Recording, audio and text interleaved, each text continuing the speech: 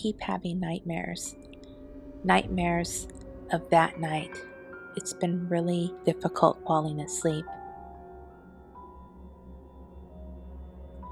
But I think about it, the night of Shelley's party. It was raining really, really hard and I just couldn't see. But then something. I think the tension is really great throughout. And I think what's so scary about this short is that we see the thing that the narrator says nobody else saw. So we see the thing that haunts her, but she has no idea what it is.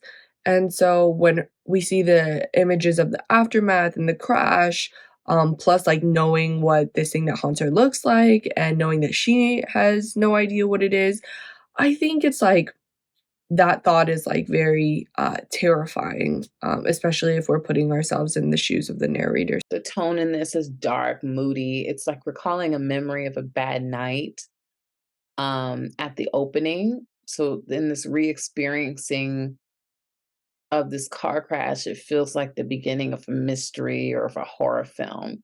And it's a great lead in because it makes you really want to know what's next, but it cuts off, right at that moment where you think we're going to find out something else. And it leaves you wanting more. The visuals were very good. Like I said, it was very moody. The atmosphere, like the outside shot of the house and everything. It's really set the mood. The music was very good too, and the actress did a nice job on screen and in the voiceover, and it was nicely written dialogue. It just had this element of like, those eerie short stories, and it had just all of the little elements to really pique your interest, get you curious. The visual of the scary man or the scary figure that she saw, I wasn't expecting, and really very effective.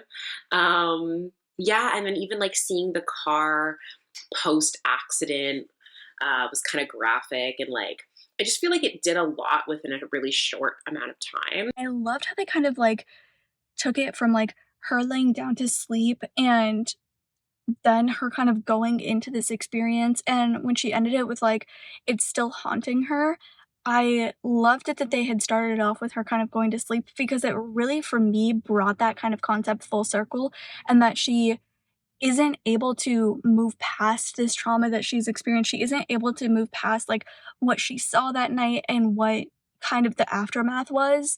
And I really loved that they kind of brought it around that way, of not just like having her tell the story and us kind of being like, oh, okay, that makes sense. Like she experienced a trauma. She, saw something that obviously freaked her out, but having her lay down and then kind of us getting the story and then having her end with the fact that it is haunting her, I thought was such a great way to kind of bring it full circle. The shot of the city just visually was really stimulating to bring me in right away and make me interested.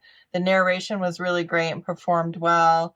Just great colors in the opening shot. And then I also really liked the lighting of the shot of the front of the house. Thought that was really cool. And then there was an overhead shot that I really liked of the woman in the bed, watching her lay there, not being able to sleep. Just really nice music throughout, really set the tone.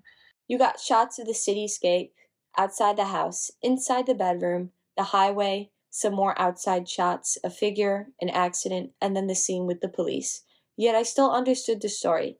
It felt like a quick story I would listen to in the bed in the dark via YouTube. The cinema is good. It's very dark and very moody outside, in contrast to the bedroom we see that has the nice tidy white sheets and the woman blissfully sleeping. The makeup and special effects for the person in blue was subtly eerie.